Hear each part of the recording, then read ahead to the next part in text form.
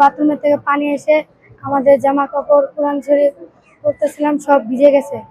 রাজা সন্দ্রুর Afsar cotton mill সংলগ্ন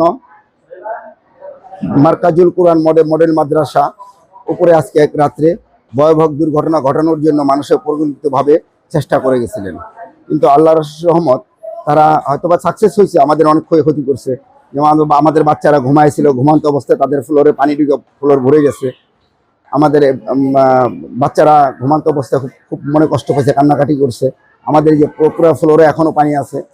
আমরা যখন জানতে পারলাম তখন তাড়াতাড়ি চলে আসলাম। আসার পরে দেখলাম যে বিল্ডিংয়ে বাইর সাইডে, যেহেতু পানির লাইন বাথরুমের লাইন সব বাইর সাইড দেওয়া, কিন্তু বাইর সাইডে প্রবেশ করার মতো যে অবশিষ্ট জমিটা ছিল সেটা তারা স্থাপনা করে ওটা বন্ধ করে রাখছে, যার ফলে আমরা তাড়াতাড়ি ওইখানে পৌঁছতে পারি নাই।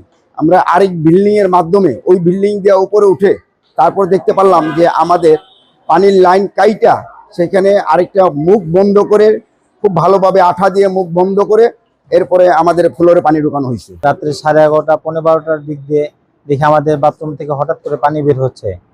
ওই সময় আমরা তাৎক্ষণিকভাবে পদক্ষেপ নিই, কিন্তু আমরা কোনো সমাধান করতে পারিনি।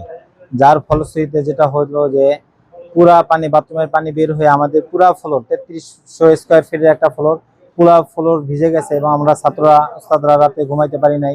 সারা রাত্র আমরা পানি সেচন করছি এবং এর দ্বারা যদি কোনো দুর্ঘটনা, যে কোনো ধরনের দুর্ঘটনাও ঘটতে পারতো, যেমন বিদ্যুতের লাইন স্পর্শ হয়ে যদি কোনো দুর্ঘটনা ঘটে, এরকম বিপজ্জনক কোনো দুর্ঘটনা ঘটতে পারে। আল্লাহ তাআলা আমাদেরকে সে কাছ থেকে হেফাজত করছে।